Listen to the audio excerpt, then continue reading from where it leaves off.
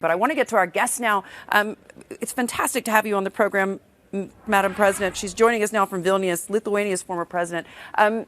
Just walk us through, if you will, how you view the historic summit that's getting underway here in Madrid, because a huge move by NATO and under the aegis of Jens Stoltenberg, frankly, that Sweden and Finland have been welcomed into the alliance.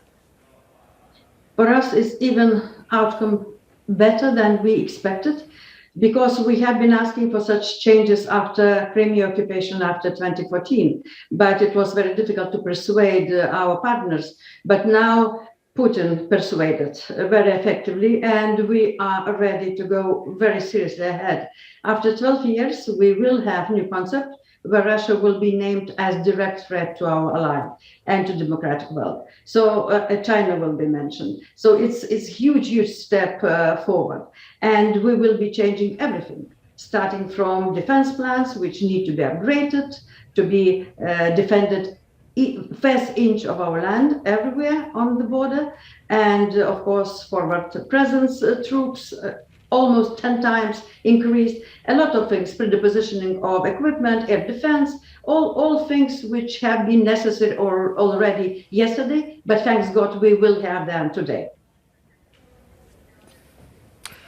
Madam President, Lithuania was very much ahead of the curve in terms of diversifying their energy sources.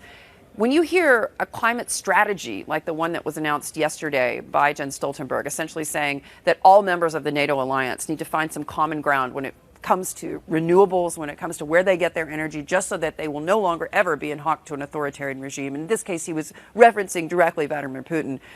Do you think that this is a realistic goal for the alliance? Because it's tough to get everybody on the same page.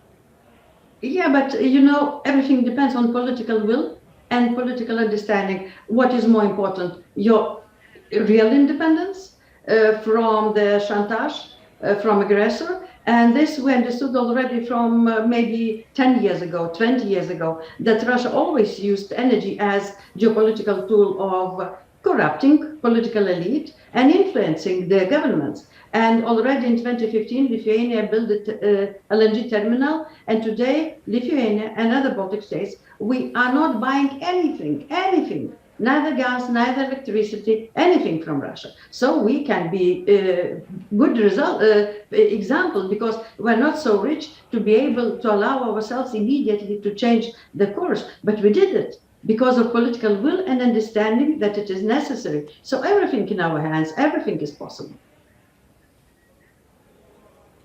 When you think about this a bit more broadly, and we talk about the alliance itself, it seems that the NATO alliance, as you say, has been reinvigorated, frankly, by President Putin's invasion of Ukraine. What happens next, in your view, with regards to China? Because it's been listed now in the strategic concept of the alliance as an area of concern.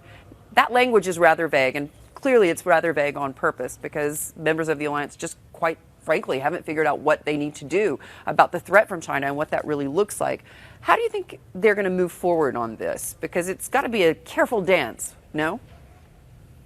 Exactly. We need to learn careful dance with a lot of issues in our lives.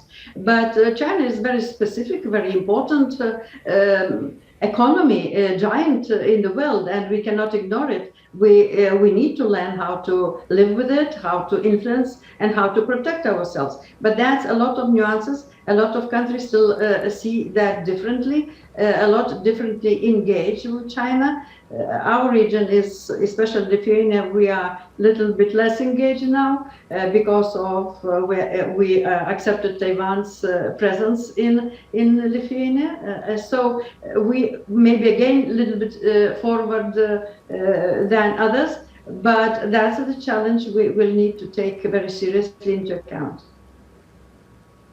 Madam President, it's Dan joining the conversation. In your view, how will President Putin react and respond to confirmation that NATO is expanding, given the inclusion of Sweden and Finland? And what risk does that present to countries like Lithuania and the Baltics, for example, which have been calling for increased security and defense from NATO as a result of the increasing risk that we see from Russia in that part of the world?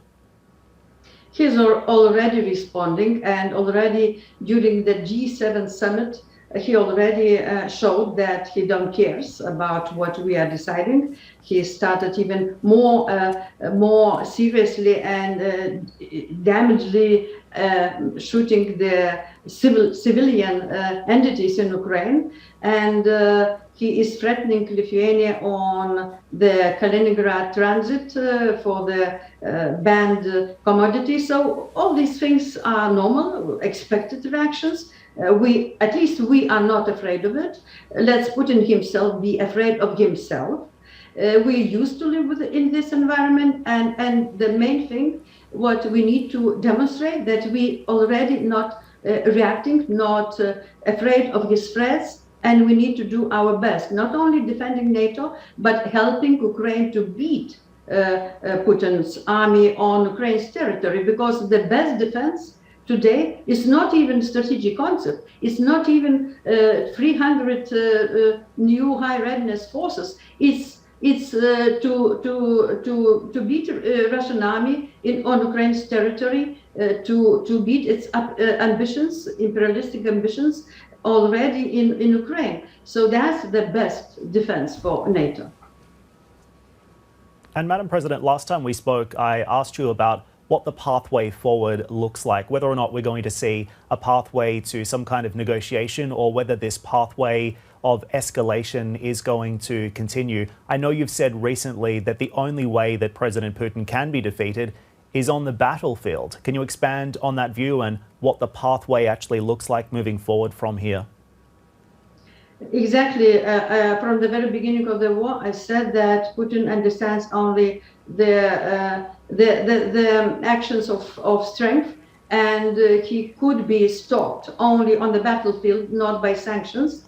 Sanctions are painful to all of us, and their long shoot effect is only battlefield, and that means that we need to provide Ukraine appropriate, fast, necessary equipment to make this war shorter. The longer war will go, the less less rapid and not sufficient equipment we are providing, the longer we're prolonging this war, who is affecting already with spillover effect around the world, with food crisis, with energy crisis, and other multi-layer crisis, which we are facing in nearest future and already now. So from this point of view, we need to be faster to help Ukraine to beat Russians faster, because otherwise it's not only will influence all around the world with this multi-layer crises, all of us, but also we could face the frozen